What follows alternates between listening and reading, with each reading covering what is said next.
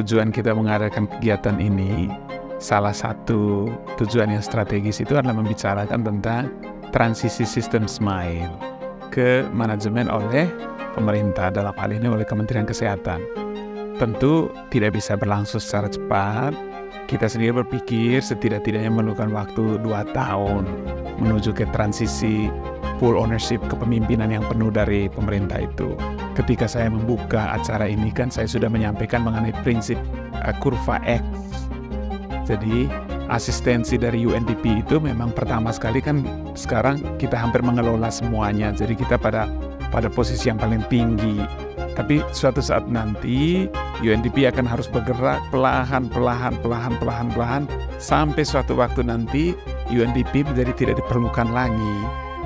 Nah, karena itu secara bersamaan kita juga harus secara konsisten membangun kapasitas dari kementerian, dari pemerintah itu supaya dia bergerak dari yang tadinya itu tidak bisa mengelola secara penuh, dia mengambil tanggung jawab perlahan-lahan sampai suatu saat nanti ketika UNDP sudah meninggalkan arena, justru pemerintah bisa dengan leluasa mengelolanya karena kita sudah membangun kapasitas itu secara perlahan-lahan. Yang paling penting sebetulnya saya udah bicara juga sama teman-teman adalah timeline. Kita bikin susun timeline dulu sampai ke tahun 2025 seperti apa pentahapan dari handover ini nanti gitu ya. Nah, berdasarkan tahapan ini tentu kita akan potret yang mana yang harus kita kuatkan.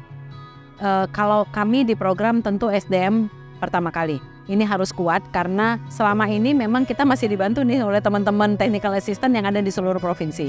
Tapi paling tidak kami harus menjamin bahwa tidak ada pun TA ini harusnya sudah bisa handover ke teman-teman program di masing-masing level.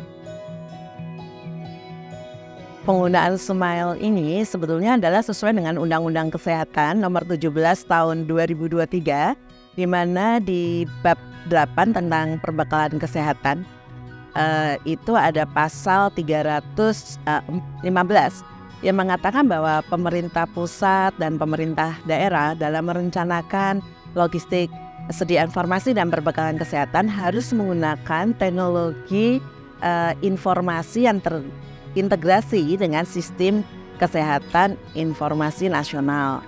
Nah, tentu saja dengan menggunakan SMILE ini yang nantinya akan menjadi cikal bakal dari Digital Inventory Nasional yang akan terhubung dengan Sistem Informasi Kesehatan Nasional, tentu saja dapat mengendalikan perbekalan kesehatan, mengendalikan sediaan farmasi dan perbekalan kesehatan lainnya di seluruh wilayah Indonesia.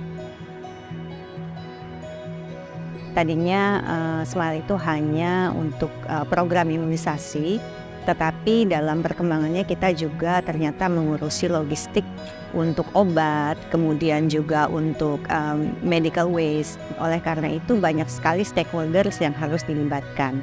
Sehingga midterm evaluation ini selain untuk mengumpulkan mereka ke dalam satu ruangan, berdiskusi bersama, menyepakati bersama beberapa hal, juga untuk mengenalkan bahwa SMILE ini sudah semakin berkembang sehingga bisa didapatkan suatu kesepakatan di mana semuanya itu juga menyepakati tidak hanya teknologi yang berperan di sini tetapi juga unsur pembiayaan, kemudian juga unsur kebijakan yang harus disusun bersama tidak hanya di level teknis tetapi juga di level Kementerian Kesehatan bahkan antar kementerian nantinya.